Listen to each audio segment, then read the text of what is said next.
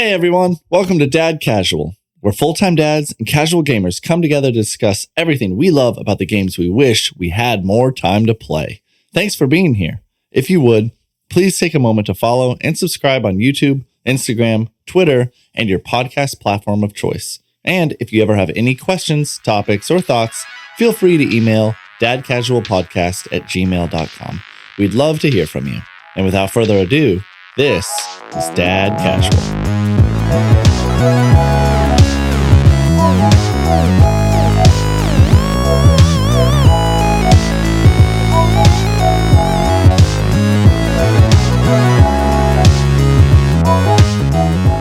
Hey, it's episode 12 here on Dad Casual. And today we're here to talk about CD Projekt Red's ambitious game announcements they just made, the new Super Mario Brothers movie first look teaser. We're going to be talking about Overwatch 2 stumbling out the gate at launch, and another remake. Don't laugh at me, Houston. Another remake by PlayStation. The gang is all here. Houston's you've already heard from him. Oh, well, I mean, well, just making fun of you. We've got Preston. What's up? And I'm Antoine. What's up, guys? I really appreciate you reading that. Listeners, every week we try to write each other's names wrong in the liner notes to kind of trip each other up. And Andy leaned into that one, obviously, but I've almost gotten it once before. For the record, I did notice it as I was reading. That's amazing. But maybe that is his actual name. Antoine Bond. I love that. We're trying to get a little bit more, still, we're organized and scripted, but have some fun with it. Why not? Yeah. Dude, we had lunch together today. That was great. Speaking of lunch, right? Yeah. Yeah, it was okay. Speaking of lunch. Not my favorite Mexican restaurant in town, but it was pretty good. Shout them out. We are Mexican. Throw them under the bus, Andy, for all the listeners. No. We are Mexican connoisseurs, though. Honestly, we eat a lot of Mexican food. We want every Mexican restaurant to sponsor us in the world. Wow. In the world. Let's go. That's our revenue plan. Just that's our whole just $1 a week each. That's it. They can literally fight over us. Pay us in tacos. I'm down. I like tacos. I like money though, but I do like tacos too. Money and tacos are the same thing to me. There it is. Yeah, man. How was the rest of your guys' week? Does it feel like it's been a long time since we've done the previous podcast? I don't know if it has been a day longer. So we're recording this the day before it launches. So normally we're a few days early. So it actually has been a little longer. There was 1 week though we did a Thursday, way before, and I don't know, that felt back to back. For some reason, this one feels longer. Maybe it just was a long week for us. I don't know. Yeah, time is moving so slowly. Time is a flat circle. Oh, that's good. Those are words. What did you say, Preston? I said I got some really cool opportunities this week. I got to shoot with Apple TV and National Geographic. Oh, the name drops. That was the biggest flex. Well, I mean, I have to flex it, right? That's true. That's a big accomplishment.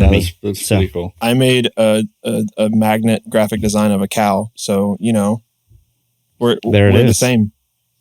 We are one and the same. I'm still going on vacation to Europe soon. Yeah, Andy's going on vacation in a week and a half. That's why time is moving so slowly. Actually, that's probably senioritis. I just makes sense. It makes sense. This happen already. It won't even be that cool. It's just the anticipation. It's your vacation's not going to be that cool. The anticipation is always there's a big flex than the thing. I know that's the thing. I believe name anything. I'll be let's say you're excited to get something or you go somewhere. I always feel like the buildup is amazing, and then you do the thing, and you're like, man, I want it's always fun to look forward to something. That's all I'm saying. It's like when Andy pre-orders games. He gets so hyped, and then they let you down. Yeah, not always until they don't. Yeah, right. Until they don't. I've really stopped pre-ordering games though. Yeah, same. I know, and games have gotten better. There's no need to, especially with fast internet. You can get a day and date and just download it right then and there.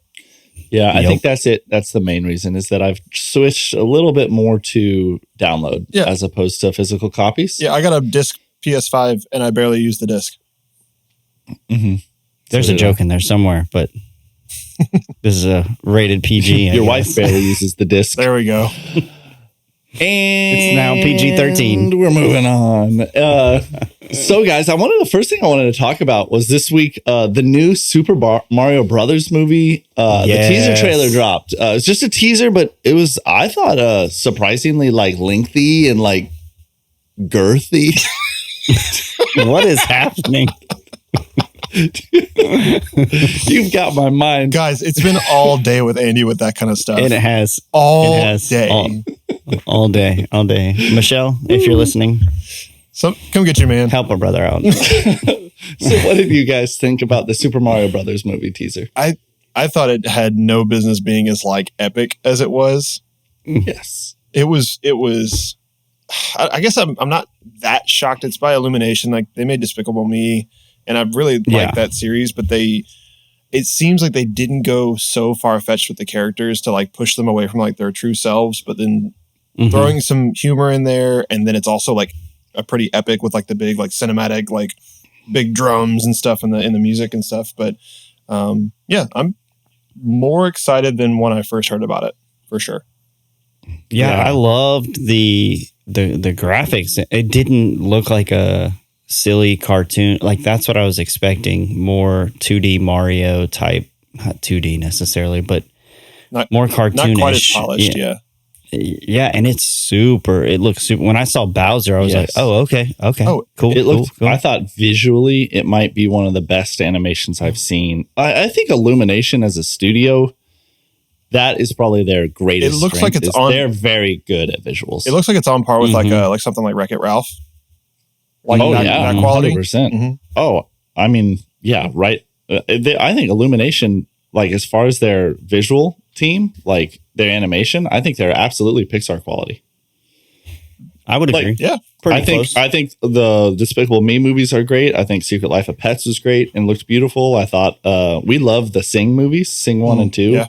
The newest one, Sing 2, is super colorful. Like we loved it, and so we think those movies are all awesome. So I forgot who was playing Bowser, and apparently it's Jack Black. It's Jack Black. I didn't think Bowser, at least in that trailer, sounded anything like Jack Black. What about you guys? I think definitely. Go ahead, Preston. I feel like all of their voices were a little like I could different. Like pitched for sure. Keegan Michael Key is Toad. It was like it was high pitched up for sure, but it was still gravelly. You know that Toad like. See, I didn't find Chris Pratt sounding too much different than he normally does for not too much, but a Mario. Little. Yeah. So let's talk about that. So the big controversy on the internet is how can they do? Is that a miscast as Mario? Like, did you feel like it was appropriate? Do you feel like it's good enough?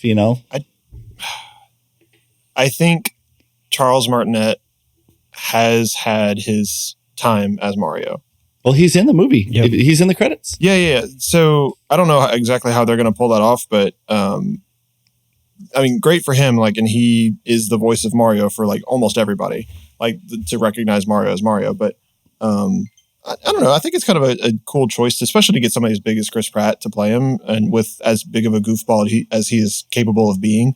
I think it will work out. I don't know if I would say it's a bad cast. I just don't know who could do it better off the top of my head in 10 seconds. Yeah, I think the weird part is that, like, well, first off, from the teaser trailer, when you watch it, the immediate impression is that Mario is coming to the Mushroom Kingdom for the first time, because he even says, like, where am I? So that assumes to me there might even be a plot device of, like, he is a real person in the real world. Like, maybe there's a real, like, almost like the Lego movie did. And funny enough, that was Chris Pratt as well. But, like, he came into the Mushroom Kingdom and now he looks cartoonish. I don't know if that's the angle they're going to go with it. But I did think about it, and I was like, would you really want to hear an animated movie's an average hour and a half to 2 hours long. Like, if there's dialogue, Mario games don't have a lot of dialogue. Correct. Yeah. Right. So, like, an hour and a half to 2 hours of wahoo. Yeah, no, that ain't it. That would drive me crazy. Yeah, agreed. I've heard Charles Martinet do his like voice. Like I've seen videos of him doing it, and it's fun for 30 seconds to watch a person do it. But like, I wonder if it's going to be, so if your theory about like the real world becoming the Mushroom Kingdom, like animated thing holds water, like I want to say like it would make sense that he does like the Stan Lee type of cameo. And like, that would make sense. I'm thinking like he gets sucked down a toilet supernaturally and then he pops out a pipe and he's in the Mushroom Kingdom and he's animated now. Like, you know what I mean? Like something weird. I don't know if they'll actually do that. And then I'm like, okay, what would the second best thing be? Like, so if you don't want Chris Pratt, do you want like an Italian American or a full on Italian? But then I'm picturing like Al Pacino. I'm walking here. Hey, I'm Mario. Like that would be so ridiculous. Just letting you know, I'm going to save that as a ringtone after this episode is edited.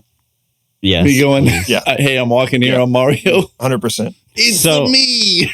So as somebody who's played Mario Maker 2 for over 465 hours, I think I'm the most qualified to say that this one looks way better than the 1993 Mario movie. Man, that thing with Bob Hoskins. That movie is such a, I don't know. That movie's a trip. It's so weird. Yep. I won't say it's a garbage fire. It's interesting. I still liked it as a kid. Yeah. It's terrifying. Creepy. Yeah. Yeah. I definitely think animation definitely is much better suited. That was such a departure from what Mario was even back then. Yeah. So crazy. For sure. I actually think that movie might be why Miyamoto and the team at Nintendo was like, no more movies. We don't like this. Like they let their IP loose and they reeled it back. And so I definitely think this looks pretty awesome. And Miyamoto himself approved the cast and everyone. Other people in the cast that I think I can't wait for. There was a little glimpse of Luigi at the end. Thought looked awesome. Yeah, with the bones. Charlie Day, right?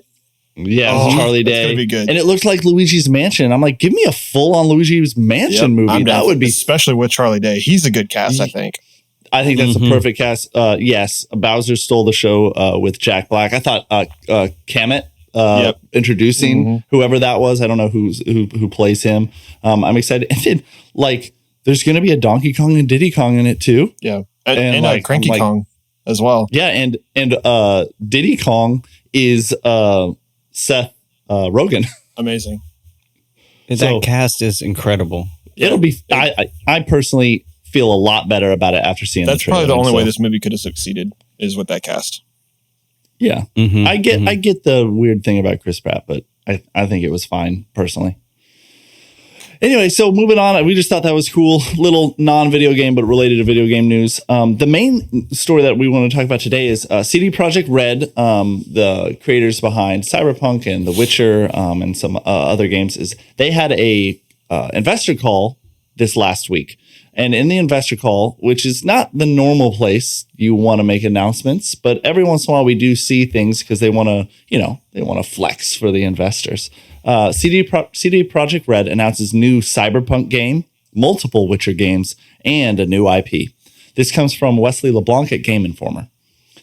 The news comes by the way of the studio's investor call today, in which the studio revealed Orion, the code name for its next Cyberpunk game. Not much else was revealed, but CD Projekt Red says Orion will take the Cyberpunk franchise further and continue harnessing the potential of this dark future universe. So I can keep reading through. There's so many announcements. Would you prefer I read all of them and we talk about it from a sky's view, or take these one at a time? Let's do one franchise at a time, I think. Yeah, one Cyberpunk franchise first. Yeah. So let's stop here. Now this is coming on the heels of the main DLC already being announced. Yeah. For Cyberpunk. That's called Phantom Liberty, and apparently that's a full a big. And if CD Projekt Red historically in the past has done really really large scale worth your money DLC packs. So what do you guys think about that?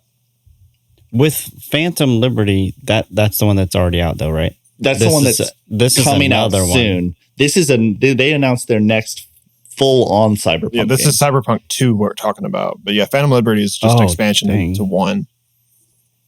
Wow. So how long are we gonna have to wait for this one? I feel like the last time we waited years. 8 years or something. I think that's what's weird is the original Cyberpunk was announced in 2012. Yeah, it was 10 years. Yeah.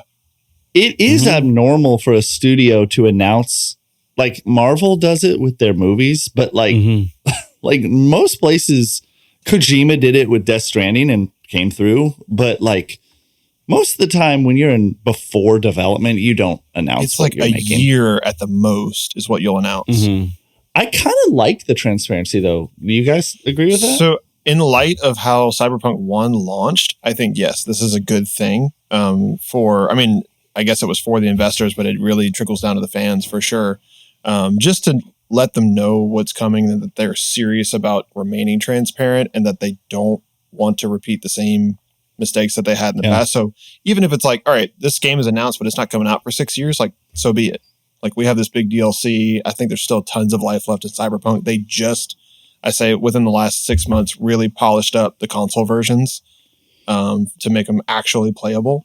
So yeah, I think there's still a ton of time. Like, I haven't really delved into it besides the trial. So I'm still excited to actually play Cyberpunk. I do want to continue playing it. Yeah. Do you guys feel it's a little bit like, do you think there's enough good faith in the original game to announce a sequel? You know what I mean? Like I know they've stuck with it and they've fixed the bugs, but it almost like some people were really mad about the first Cyberpunk because there was just so many promises and they felt like it was unfulfilled, and then to already be like, we're on development for the sequel. Yeah, I don't like the idea of having it for like 8 more years you have to wait. And it seems that even the current Cyberpunk is not all put together still. Yeah. That's kind of frustrating. But if it's not, the good and the bad about announcing it now is the good, there's a cool new game coming, and I want it now. The bad is, are you taking away from the current to work on a new game? Yeah. I really do think that like most people would agree that the first game, the way it launched, left a really, really sour taste in most people's mouths, especially console players. But it's undeniable how interesting and well thought out and well-intentioned CD Projekt Red was it with this game. And so I think it's an incredible looking, feeling, sounding, story-wise, like franchise. And so I think they're totally within their right to continue making this franchise and continue to try to do good by their fan base. Yeah. Especially with like how big of a fan base they have, like with The Witcher and with their other properties. So I'm nothing but excited for the potential for this. I mean, time will only tell like actually how good it's going to turn out to be, but I'm hopeful. Cyberpunk recently topped the Twitch charts as the most streamed game or played game on Steam. I think it was a Steam chart, actually, not Twitch. It was a Steam chart of concurrent players that had even passed The Witcher, like The Witcher 3 at any point. So, I mean, the game is still popular and they fixed the bugs to the point that the game, people are loving it again. It's a 3-year-old game at this point, though, right? Not soon. Yes, soon. Yeah. Now, and I also did read that was it? I believe so. Okay. So it'll be around 3 years when the DLC comes out. Yeah, Cyberpunk was released December 2020. So it'll be 3 years a year from now. Gotcha. I also heard the DLC, this is a side note, the DLC is only going to be available on current gen. And PC, yeah, that makes sense. They shouldn't have released it on last gen. I think that was a money grab. That's part of the big problem. Yeah, that was one of the big problems that they had. And I will say this: I'm glad that Phantom Liberty is coming around the corner because it'll be the litmus test. Like, are you really ready for this? Because if you have a history of making big promises and not coming through with it, which really they don't have a history. They have one major game. So that's a history, but it's not like repeated. So if they in one DLC, especially if it feels like almost like a full game DLC, which like I played the Witcher DLCs. I talked about that in our favorite games of all time. Both Hearts of Stone and Blood and Wine were like, honestly, like $60 games alone. Like especially Blood and Wine was huge. I probably put 50 hours into Blood and Wine, and that was DLC. Dang. Like it was massive, but it was a great story. So like, if that's what this is, then and it's great, then I think everyone will have faith in them again. But we'll see. But let's keep talking, because I think what makes us me personally have little faith in this announcement is the idea that this studio, which historically has only done one project, is now doing so many at once. So let's talk about all the other games they announced, all in the Witcher franchise. CD Projekt Red has revealed that its next Witcher game, which was announced earlier this year, is being developed under the codename Polaris. The studio says it is the beginning of a new saga and that it aims to release 2 more Witcher games after Polaris, creating a new AAA RPG Witcher trilogy. So they're going to be doing 3 games back to back to back that are like The Witcher 3. So full scale, a whole new trilogy this time. But then, following that reveal, they announced another quote unquote full-fledged Witcher game under the codename Canis Majoris. It will be developed by an external studio, so they're not developing this one directly, by experienced developers who have worked on CD Projekt Red's Witcher games in the past, according to the announcements. And then there is a previously, so there's the new trilogy, then there's a side game that we don't know anything about being developed by another studio, but then they had already announced Sirius, which is a code name for a game being developed by the Molasses Flood, another studio. So a third studio. A third studio set in the Witcher universe and created with support from CD Projekt Red. A tweet reads, "It will differ from our past productions, offering multiplayer gameplay on top of single player, including a campaign with quests and story." And then lastly, and I know this is an info dump, to close out today's new games announcement, CD Projekt Red revealed Project Hadar, a third entirely distinct IP created from scratch. This project is in the earliest stages of the creative process, according to the studio, which means it's not actually developing any of the game just yet. For now, CD Projekt Red is working exclusively on the foundation for this new setting. So before we finish all of the info dump, there's one more thing. So I was listening to Podcast Unlocked, the IGN Xbox podcast, and they mentioned that the second Cyberpunk game, I should have mentioned this earlier, is being developed by a American offshoot of CD Projekt Red. It's the second studio that's CD Projekt Red USA. And they're going to be developing that game. So really, if you were to lay all that out, the brand new Cyberpunk game isn't being directly developed by the developers that are in Poland? Yes, Poland. So it's the only game out of all those games that are being directly developed by them are the first of the Witcher trilogy, and later, eventually, a new IP. But they're really early stages of that. Yeah. And outside of that, every other game that was announced is a partner studio. So the CD Projekt Red, the American one, is them. It's just a second studio. It's not it's not the Molasses Flood or like a third party that they're just partnering with. I think it is them. But it's them. But I guess it's a different team. Expanded. It's like Ubisoft Montreal versus Gotcha. I think after the release of the first or The Witcher 3, which was huge for them. They gave that game to Obama when he visited their country. Like that was to them. They're like, we're famous for this. It's one of their major Mr. President. Like we want to show crazy. They gave him a signed copy of a video game as like this. We're really proud of this. This is one of our things. Wow. Dang. Little known fact that I knew about. That's a fun one. Crazy. I wonder if he played it. He probably was like, "Thank you so much." And was like, I don't know what to do with this. Maybe they like auctioned it for charity. I could see that. Yeah. So, Andy, what are your thoughts on this? Because you're Mr. Witcher over here.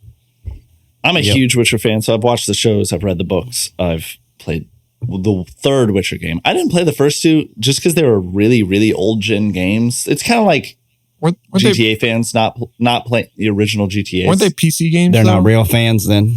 Oh dang. What did he say? They weren't console games, right? Were they just PC games, or did they come to consoles? No, The Witcher 2 was. I think it was on PS3, Xbox 360. Okay. It probably is okay. Maybe I'll do see if I can get a backwards compatibility download or something and give it a shot one day. I've heard it's good, but it's just not what The Witcher 3 was, which was just such a jump for them. And so I think this is awesome news. Do I believe they can do this? No. like they can, just not in the timeline. Like they were saying that the Witcher trilogy, they're gonna release all 3 games in a 6-year stretch. Like from the release of the first game, 3 years later they'll release the second, 3 years later they'll release the third. Damn. I don't believe you. Like not when you have all these other things you're managing, especially Cyberpunk plus DLC plus and just knowing that they announced the first Cyberpunk after The Witcher 3, and they had all that money in 2012, and it took them like 9 years to put it out for one game. Yeah, so Podcast Unlocked was saying that this is more realistically like a 10 to 15 year schedule that they're talking about for their investors. That sounds appropriate. And it just sounds like more of a if you look at like their stock price after Cyberpunk, like it's a lot lower than it was. And so like they are trying to install faith in investors. I do think this is an awesome plan as far as like what this is announcements. I'm stoked.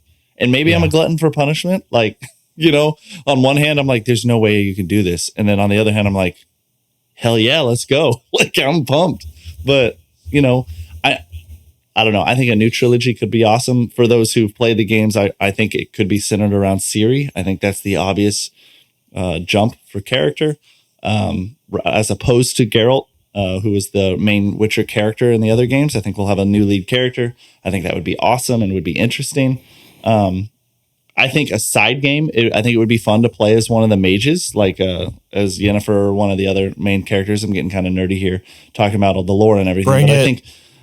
I think there are some different ways we could play this. I think I could absolutely see maybe a strategy game or different things. That's what one of these spinoffs are. Or I love in one of these games they said it was the multiplayer one, a multiplayer experience. That was the series created by the massive Molasses Flood. It says that it will differ from our past productions, offering multiplayer gameplay on top of single player experience, including a campaign with quests and story. And I would love a game where they're like, you could partner, you and another guy it's almost like a Monster Hunter experience without, you know, not the core gameplay of Monster Hunter, but you and another player are hunting monsters together.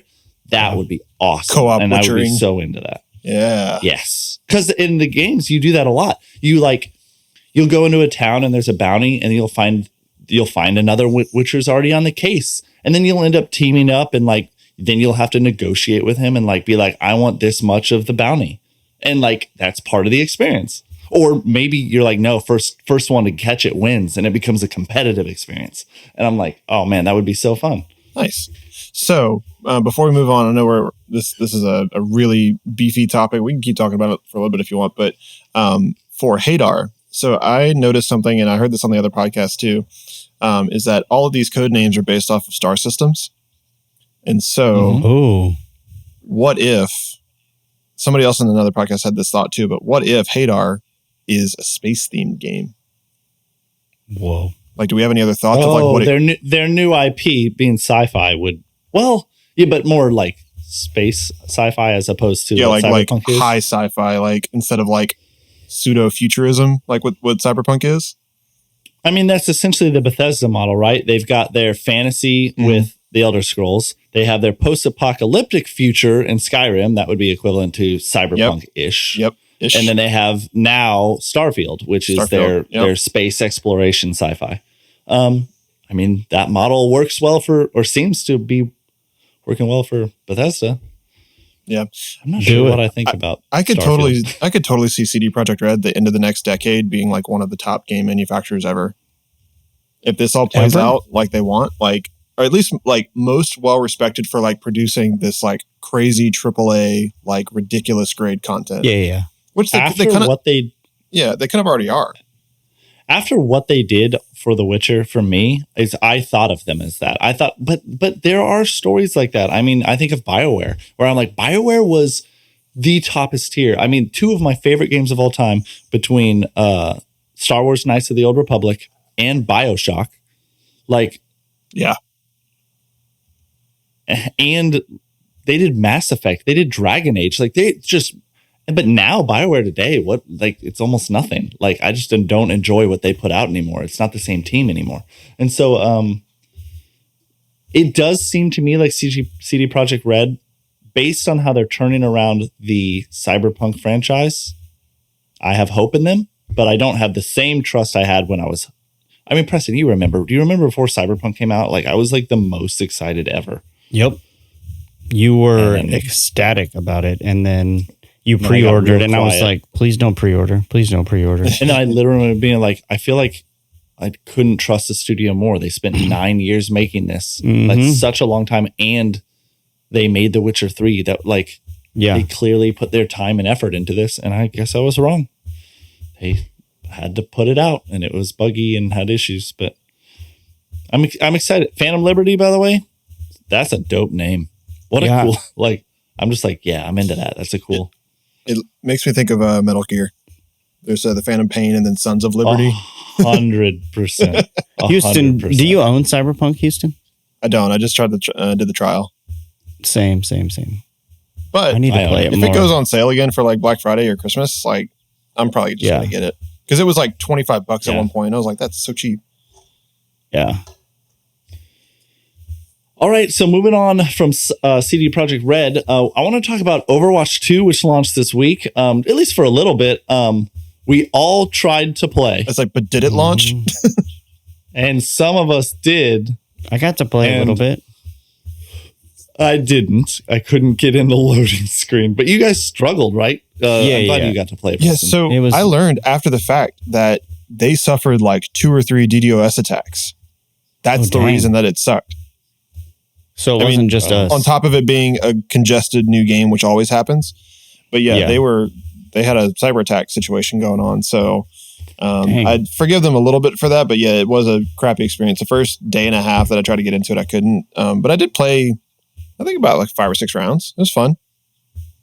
I have kept trying to get in and I want to get in. And maybe tonight after this, maybe we can jump on and play around if we can get in. It was a cool game, so I have never played it before. Oh, yeah, that's true. Then, it reminded me a lot of, what's the game? Fortnite? Sure. As far as the look. There were so many different options, and so I played through the, explainer, if you will. Yeah, it forces you to do the training at least once, yeah. Mm-hmm.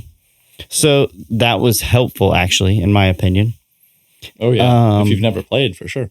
But all the different characters were a little different. And it reminded me of how I joined League with you guys one time and tried to play. And I was like, there's so many different characters and they all do different things. So the best way to think about it is... But it was cool. Yeah, so the best way to think about it is in terms of the roles. And so now they kind of streamlined it a little bit more. So there's tank, 3 roles. There's damage dealers, and then there's the support, which, I mean, that's kind of what they had before, but they now only have 1 tank instead of 2. Yeah.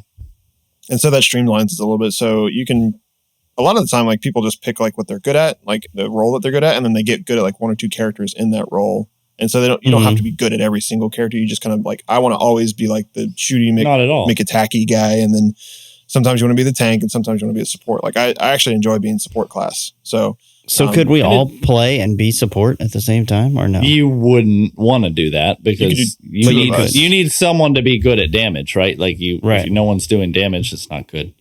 Yeah. But you could, I mean, some people do, that would be an off meta build, right? Like does it allow that? I don't know if Overwatch allows off meta. Like I think you always have to have 2 supports, 2 attackers, and 1 tank because you queue up in a support role queue, or that's one of the options at least. I did not know that, but I mean, similar to League. But I know in League you can still pick whoever you want to play. This is true.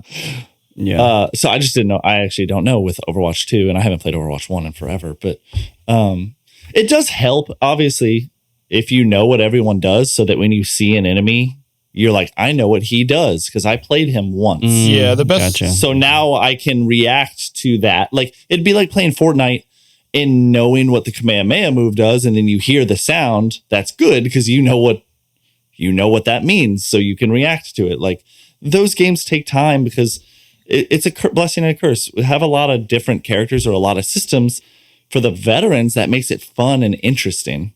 Mm-hmm. But for a beginner, that makes it overwhelming. So it's, I get it. But there are characters that are easier to play than others, for sure, in each class, which is nice.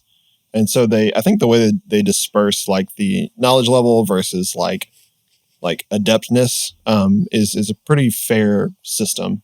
And it's like time to kill is pretty like even throughout the entirety of the classes, for sure. Apparently, too, Blizzard has kind of a reputation now of being pretty money hungry when it comes to its free-to-play games. But from what I heard, there's like 100 heroes, 100 playable characters that you can unlock. And not 100. I'm sorry, not 100. It's like 35. Let me change my quote. It takes about 100 games to get everyone, approximately one new character every 3 games. And I was like, that seems like they're not that long of matches. Like Fortnite is super long matches, and we would play 3 games in a night all the time. So why would you want more characters? Is that simply because of skins, or do they actually do different things? No, they do variety of things. playstyle, yeah. Okay. So like one character for like a tank, for example, might have a shield that he can hold up and you can stand in front of the team and literally block bullets from hitting your whole team. That might be an ability. And then you like, oh, I kind of like this character. Like I like being and doing that for the team. That and makes sense. But then someone else might do none of that stuff, nothing support based. Like they have a grappling hook and can sling themselves across the map and no one else does. And like, so it's really just depends on. That's their strong suit. Is every character is like vastly different from the next one, even in the same class. So yeah, and a lot of times those games, well, honestly, I'm like, you should give them a long chance because the game is fun the moment you really connect with someone you like to play, and you're like, oh, and then you get better at that, and then you start winning with that. I mean, even now, like with League of Legends, which is the character-based, it's a MOBA, but it's a character-based game in the same sense. Like I really only have a rotation of like 6 or 7 characters of the like over 100 there are, because I was like, I'm good at those 6 or 7, and every once in a while I'll mess around with another, but I like to play the ones that I like to play. Yeah, for sure. And that kind of makes it fun. And in that sense, without buying skins, it kind of makes it feel like people will be like, when you meet people who play the game, you'll be like, oh yeah, I'm a main at this guy. And you're like, oh, that's good. Like, it's kind of cool. For sure. Yeah. I'm excited to play more of it. I didn't notice too big of a jump between the Overwatch 1 and 2. I know that's the thing everybody's been saying. It's like really Overwatch 1.5, which I still agree with. But yeah, I've been... Do you think it was like an excuse just to like, when we make this free to play, let's call it Overwatch 2? Yeah, because like the intro cutscene is the same. Like they didn't even change that. It's hilarious. What? Yeah. Yeah, I read that somewhere that it's the same intro. But I have been playing the new, since I prefer support, I've been playing Kiriko, the new support class, and she's fun. She has like a teleport and like she has like homing missiles that heal, which is kind of cool. So yeah, she's they keep it fresh, I think, between all the characters. It's looking forward to playing a whole lot more of it.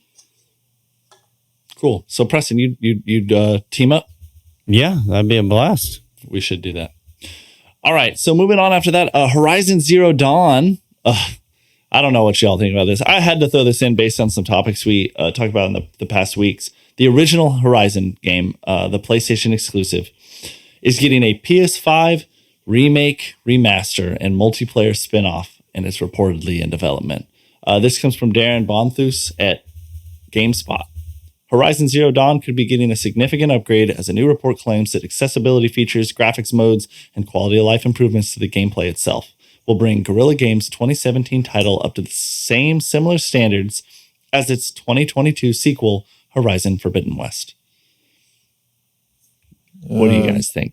Extremely underwhelming for me. At least the news of it. I think that game is fine. To me, it's a solid 7 or 8. Like, it didn't blow me away. And I think it deserves a PS5 update. I guess remastered, if you wanted to call it that. I don't think it's necessarily a remake, because they're not like... I don't think they should remake it. I think it's not. They'd be spinning their wheels. It still looks decent. Like, that's a gorgeous game. I guess at the end of the day, like, I'm like, if a separate studio is working on this. Like, I think I wouldn't be surprised at this point if there are studios that were like, we specialize in just retexturing, updating. Like, all we do is clean up your game. We remaster it or remake it maybe. Like, but like, let's not get in the way of like future development of new content is all I'm saying. Like, because all these studios are just keep doing all these remakes and remasters. I don't know. I think that one just needs the whole 4K 60 treatment with ray tracing for PS5, and I think you're golden. I liked that game for sure. I haven't played Forbidden West yet. I've heard it's an improvement and it's great. Horizon just has the has the curse of being behind some of the best games of the year at launch. Yep. I don't know. It's just weird news. It's just PlayStation again going back to the well of their classics, which is fine. It's just I'm more excited for new content at this point. 100%. I'd be super interested to see what Guerrilla could do next, because that studio seems so competent. Like, they could do anything they really wanted to. It seems like so. Yeah, I'm curious if their next game will be a Horizon game or if it will be something. There's definitely going to be a 3 for sure, but I think they're going to maybe try to strive for new IP. Well, I don't know. That's not really the status quo for PlayStation studios. Like, Santa Monica is like God of War. Bend is that zombie game. Well, like, it depends. I mean, God of War has already been announced as a duology. It's only going to be 2 games. Like, they're not going to do a third. Yeah, but or like Sony Santa Monica has like only made God of War games though. Bend is not. I don't think Bend is doing another Days Gone. Yeah. So like, it just, I don't know. We'll see. I think. I guess we'll see. I'm curious to see. The state of PlayStation is very interesting as far as going against Xbox when it comes to exclusives, because obviously they have way more stake in their exclusives. Xbox is putting everything into Game Pass, which is, frankly, outside of the acquisitions, which I guess the acquisitions do make them exclusive heavy when you count Bethesda and Activision Blizzard. But outside of that, it's still, you got your Forza, your Halo, and your Gears of War, and we're just going strong with those 3. But yeah, I guess now that they've acquired all these companies, they have tons of exclusives. Yeah, we shall see. There's a lot of future news on this episode, so I mean, we'll talk to you guys in 5 to 10 years. Something I didn't talk about. I got an Xbox. Oh yeah, how's that going for you? I haven't opened it yet. So I'm. You get a free month of Game Pass, but I'm going out of town for like over 2 weeks, and so I was like, I'm probably not going to do it now. And then I thought about it. I was like, when I get back, it'll be November. And I was like, I think what I might do is like wrap it up as an early Christmas present or something. Like, we could open it before we go out of town, do a Christmas at home, because I think we're going to do Christmas in Kansas City with my family. And so we could do it and then play it with the boys, and like we could download some kids games and stuff. So I'm excited. There was a Series S and there was a killer deal. It was $50 off with a free controller. And so I'm pumped. I've been wanting to do all the games, what am I trying to say? Game Pass games. So there's a bunch. I mean, when the Bethesda games come out, I want to play those games. Yeah, and so it was get a cheap Xbox or get a good gaming PC, and I couldn't really afford a gaming PC right now. So let me know. Grabbed an Xbox. Let me know how Forza Horizon 5 is. Oh man, I'm gonna jump into it. There's so many games on Game Pass. I was looking. I literally was like, I can't believe how many there are that I want to play. I was thinking about. I mentioned how I was going to buy Tunic for my trip, and I was like, Tunic's on Game Pass. I shouldn't buy that now. Boom. Right. There you go. So anyway, I thought I'd throw that out real quick. So we had a listener question come in, and we're going to start doing listener questions of the week as we get more and more of them in, which it seems like we are. Colton wrote in and said, hey guys, was interested in hearing your thoughts on watching gaming content, whether it be Let's Plays, streams, highlights, or whatever other types there are. How do you feel about it / do you enjoy it? I find myself watching content about gaming way more than I actually play due to time constraints, responsibilities, and other hobbies. And I thought this was a great question for dad casual, right? Yeah, for sure. What do you guys think? I got some thoughts, but Preston, you got anything? Yeah, so it's something that I actually love to have on when I'm working. I'll have a Let's Play or Mario Maker 2 or whatever it is, just playing in the background and listening. And usually it's not a game I've played as far as like a story game, because I don't want to get spoiled. I like to see how other people play games. I love seeing highlights of games like Fortnite and Modern Warfare and those kind of things. And that's kind of what the algorithm has started to give me more of, is Mario, Fortnite, Modern Warfare, those kind of games. My wife, Christine, has asked me several times, how do you listen to that most of the day? And I'm like, I don't know. It's just soothing to to have it on and listen.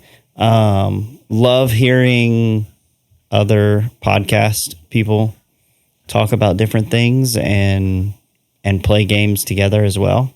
Watch people freak out when they do speed runs of different things. I don't know. Just video games are fun, but to put the time in, like Colton said, like other responsibilities and time, mainly, I always say I wish there was more time in the day because I could stay up and play video games or just other hobbies too. So yes, I love watching other people play video games and streams and all of that. Yeah. I'm right there with you, man. Like as I was reading this, I was like, man, I feel this in my soul. Like there are so many times during the week where I'm like, I want to play a video game, but it's 10:30 at night and I had a really long day and my daughter stayed up late and I just don't have the energy to even pick up a controller and move it around and like spend brain energy, like actually like paying attention to a game. So one of my biggest like hobbies at night, instead of like watching like Netflix, is I'll put on YouTube and I'll go to GDQ and I'll watch a bunch of speedruns for like, and I'll like fall asleep watching them sometimes. Like, and that's just, I don't know. It's fun. Like the whole novelty of GDQ and like speedrunning is like awesome, but then like just getting to absorb more game content and like watching games start to finish in some sort of capacity. It's like, I would have never in a million years played this game that would have taken me 30 hours to beat. But I'm mildly interested in it and I could totally consume it in 2 hours, like a movie. And so that's kind of where my brain goes with that. So, yeah, I'm right there with you, Colton. That's totally reasonable. And like, especially for older people that have jobs and like families and all kinds of stuff. Yeah. I mean, if you love games and it's just a content subject that you like to kind of consume, then I think that's a totally valid way of doing so. Yeah, 100%. I watched a lot of gaming. I mean, just today, like I watched, I like watching, I play in Hearthstone. I talk about Hearthstone. I play a mode called Battlegrounds, which is like an auto battler. It's like the best free to play way to play that game. And there are a lot of different builds you can do. And so like, I will look up and be like, oh, that's an interesting way to play. And then I'll, when I do find time to play, I'll try to mimic what he did. And I'm like, cause he spends the time. I think a lot of times that's it too. It's sometimes it's informative. Like it helps me with the games I'm playing. That's especially true. Like I think, Elden Ring is an example of that. For example, I was intimidated by that game, but I wanted to try it. So I almost like watched a few different people play the first hour just to like not feel as intimidated when I finally did play. And it actually, to me, that's very helpful because when you very first start a game, they just info dump on you, right? Like we talked about that earlier. But like, there's like, oh, this system does this to upgrade your thing. And I'm like, it's too much. Like, this is too much. And sometimes, and the great thing about that game is you do kind of jump right into the gameplay. And so I think what's great about watching content creators play games that maybe you're about to play. And genuinely, once I'm into it, I stop watching. Like, I'm like, especially a narrative game. I don't really like watching them. I'll watch the beginning to help me get into it. But then like, I want to, now when I'm done with the game, I'll look at, I want to see so-and-so's reaction to when they first played this part or whatever. Like sometimes I'll watch that. I think that's fun. I like watching, mashups, different things. And of course, podcasts. I mean, we are doing a podcast partially because I watch a lot of podcasts and so do you guys. And so like, I was like, man, I feel like we have some thoughts and some things, and I would love to do this one day for a living. Maybe, like if that could happen. And so let's just try it. Let's give it a shot. And so I love watching gaming content. And the one thing I wanted to bring up was, what about esports? Do either of you watch competitive? Not really. I've watched. Oh, go ahead. Sorry. Yeah. No, I was just gonna say there's a couple times that I've been like, oh, this would be cool to watch, but not normally. Yeah, it's not the same as like actual sports. I don't think. I feel like there's too much going on that it's just not as enjoyable. Like I have to think too hard to enjoy it. You know what I mean? Like I was like, oh, like well, this person exploded. Like why did that happen? Like in League, for example, like there's just so much chaotic action going on at the screen. You're watching 10 players at once, like doing very complex things.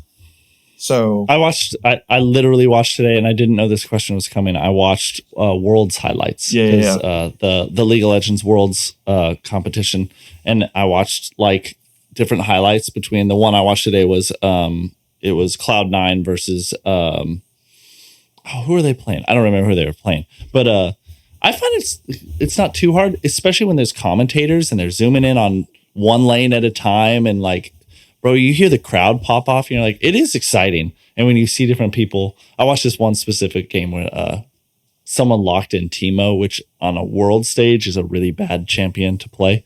And he like went like 1-9 the whole game.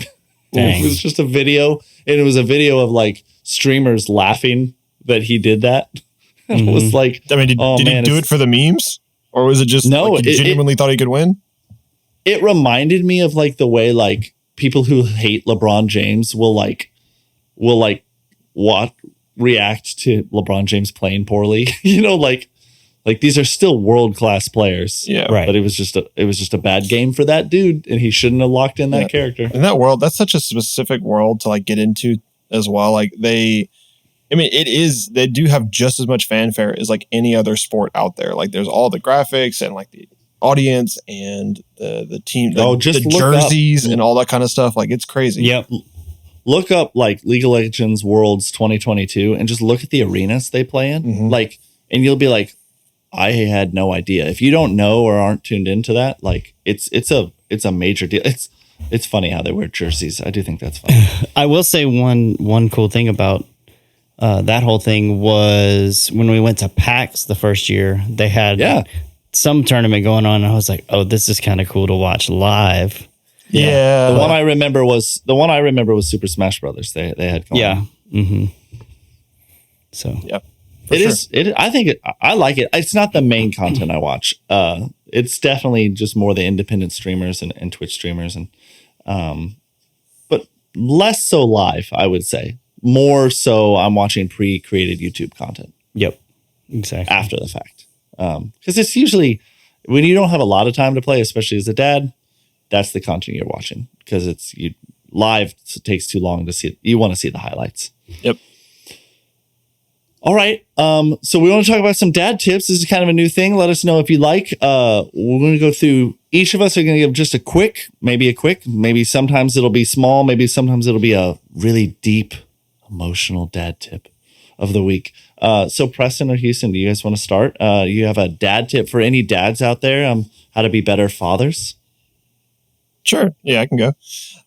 So first, before I do this real quick, so I listened back to our previous episode and I wanted to slightly amend my tip from last week. So mine was all about like single parents and like respecting your spouse's time and being selfless.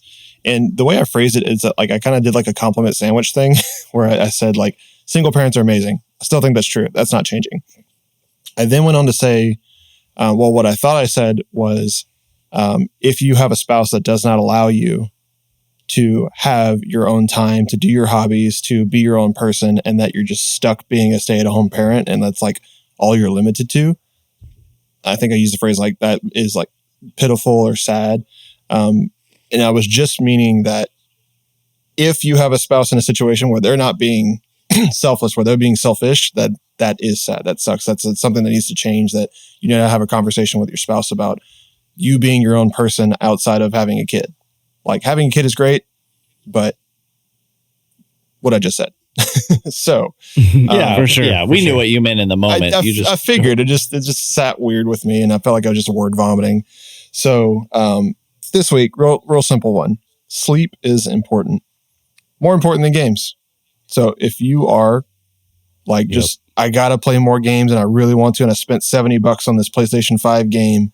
I don't want to waste my money, but it's like midnight, like, and you have a job to do and you have kids and a family and responsibilities. Go to sleep. You'll thank yourself for it later. You can always play the game. Yeah. Yeah, it'll still be there. One day. That makes, I don't always listen to that advice. I about to say us recording at 11 o'clock at night. So, yeah. And not only games, but I mean, there's so many things that I just want to do, like work even sometimes late or watch a TV show, or I know with sometimes you want to do something for fun for yourself because all you've done is take care of other people all day. Which is totally valid. It's just if you don't have the energy to do it because you've been burning yourself out, then what's the point? That's good. Yeah. I like it. Mine's somewhat similar. It's have fun, act stupid with your kids. They love it.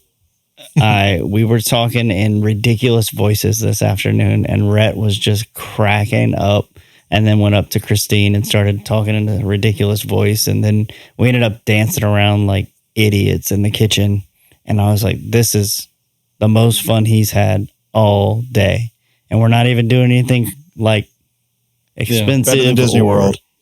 Right, like just acting stupid was a blast. And my favorite thing from Rhett is that belly laugh he has now. Oh my gosh, it's hilarious. He's amazing. But I think just being, I don't know how to even say, being fun is something that kids just want to do. They want to know you're having fun and they are having fun. He loves to just jump over me on the trampoline as I roll. That's one of his favorite things in the world. And I'm like, this is so dumb. But we could be at Knock Knock Museum, or we could be at Disney World, or we could be at all these places. But like you said, Houston, like, they don't care. They just want fun, ridiculous time. My daughter's favorite thing is opening doors. She just has to be the one. If she sees a door or the car door and it's like cracked open to where she can grab it with her little hands, she wants to do it. Freaks out if she gets to open the door. And it's just like, she lights up. It's just hilarious. That's awesome. Kids, man. Knock Knock Museum, little plug there. But they have a wall of doors for people to open, for kids to open. Oh, snap. All right. Well, I guess we got to go now. There it is. We're in. You sold me. That's awesome. What's you, Andy? So, I guess mine that I wrote down was... I think this is probably more for new dads, but it's for existing dads. But especially like if you're a dad who has your wife's pregnant and you're expecting, I think you get thrown a lot of like books on like, here's how you take care of the baby. Here's how you get through the sleep. Here's the feeding schedules. And even I do think when you're older, it's like here's how you, there's all these like practical for like, I would call them more how to take care of a kid, as opposed to how to be a dad. And I think those things, even if you don't read books about them, kind of resolve themselves anyway. Like the practical side of how to change diapers and get it through the night. Not read those books. I'm not saying like get all the information that will help that you can, but like at the end of the day, if you're going to like educate and get better, like focus on being a dad. Like, how am I going to have a respectful son? How am I going to have like a son or daughter, that honors people, that is fun, that is kind, that can forgive people when they wrong them, that can, that is responsible and can clean their room, or all those things. Those are the parts that like, remember, you're raising a human being. And I think that's the most important part of the calling of being a parent, is that you want them to be a successful human, not just someone who was fed for 18 years. Right. And so just focus. Remember, those things are important. And what I like about starting doing dad tips now is that we are doing those things. We're talking about being a dad and being a better dad to our children. And I think that's pretty cool. And don't stop learning, just keep learning. If there's a book, there's so many good father. And there are some great podcasts on There's one by Meg Meeker that I like. I forget the name of her podcast, but you can look up her name. She has a podcast and she writes books as well. Just on like tips for being a better parent, and I'm parenting podcast. And I like that our podcast is gaming and parenting. I think that's pretty fun. But it obviously is a heavy influence on the gaming side. And so if you can grow and expand your being a dad part, I think that's great. Yeah. And so I think that podcast is called the Parenting Great Kids Podcast. That's it. Shout out. I listen to it from time to time. Mm-hmm. There's also one I listen to that I love called The Shortest Longest Time. It is like bite-sized and it's toward like stories. Really great. I would say though is more for like the newborn parents. Like it's a story of someone who has a 4-month-old and like that week. And the name of the podcast is perfect. It is definitely The Shortest Longest Time. Yep. Nice. But yeah, anyway, so I want to move on just to wrap up our podcast for this episode of what have we been playing lately, and have we tried any of the games that we've challenged each other to play? Houston, what you been playing, man? I haven't had a whole lot of time for console gaming except for like those few minutes on Overwatch 2. And like most of that time was spent just waiting for the lobby to clear. So yeah. I have actually been into mobile games this past week. So I played a couple of silly ones, but one of which has been sort of addictive is called Survivor.io. It's like a top down, like kind of like, it's not twin stick shooter, but it's in that style where it's like where you point is where you shoot kind of thing. And then you get all these power ups and you get to defend yourself from zombies and you go as long as you can before you die kind of thing. So that's fun. Mm-hmm. But I also got the so Square Enix they ported the first 6 Final Fantasy games to iOS. Actually, they ported the first 8, I think, to iOS. And so in America, I think we like Final Fantasy 1 is actually like Final Fantasy 3 in Japan or whatever. So we actually have all 8 of them now in the US. And so I got the first one because I'd never played it. I've actually never played most of the first original 6. And so I will try my best to go through those, but having a lot of fun with that. And you can like put like the CRT like scan lines on the screen and stuff. And you can actually like cast it to like a device or like a TV or an Apple TV. So you can have it full screen with all the music. And I think the music is redone as well. It's in like full resolution instead of like 8-bit, which I feel like that's kind of a miss. I wish I had the older music, but yeah, that's fun. And yeah, I haven't had any time to play Super Hot or Ori in the Blind Forest yet. So sorry guys, I will get to those as soon as I can. All good. Really fun. So I was on the road a good bit last week. So I had my Switch and I got 2 games. Hypercharge Unboxed, which is it's like Toy Story meets G.I. Joe meets I remember Fortnite. You sent that to the group. Yeah. It's a cool little game. I ran around a grocery store and shot Nerf guns at people. That was pretty fun. Nice. That's and awesome. Then I also downloaded Disney Dreamlight Valley because I like Disney. It's a cool game. Nothing to write home about, but beautiful graphics. But yeah, I really didn't get a bunch of time to play it, but both games were fun. That's fun that you've been trying some new ones though. That's fun. Yeah. How about you? So this week, I did play a little Monster Hunter. I'm liking Monster Hunter. I really don't know if it's for me. Like it kind of just has a loop. Like you just kind of keep playing. I know there's an end to the story. So I've already done a few quests and it's fun. I like the game. But I randomly just was kind of into something else. I just randomly booted up South Park: The Fractured But Whole. Nice. and I've just been playing that. Nice. It's ridiculous. It's the same thing as The Stick of Truth, except it's superhero themed, and it's just so ridiculous. And there are times where I'm genuinely belly laughing at the. I almost said belly flopping. That'd be more incredible. At the like very inappropriate humor that I'm probably not going to really talk about on the podcast. But it's great. It's a tactics game too. So how do you like that compared to the original? I like it. I think that the game maybe isn't clicking on all levels the way that the original, maybe it's lost its novelty a little for me. Just because it to me feels the same. They did change the format up a little bit.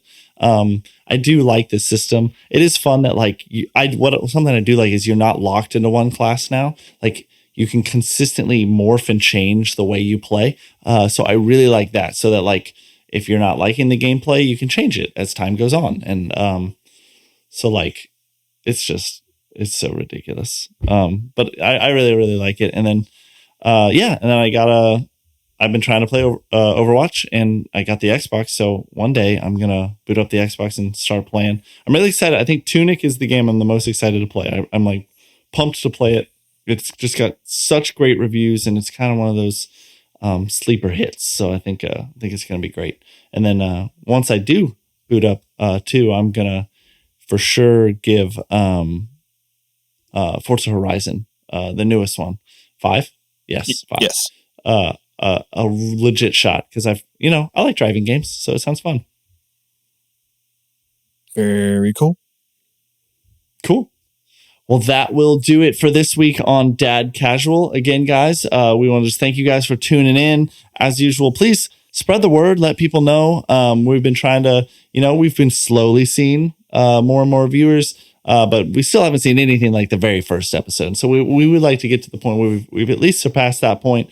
So let people know, tune in.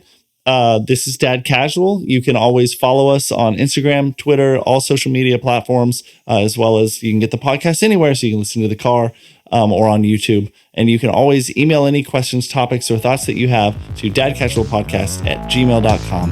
And we are out. Later. Peace.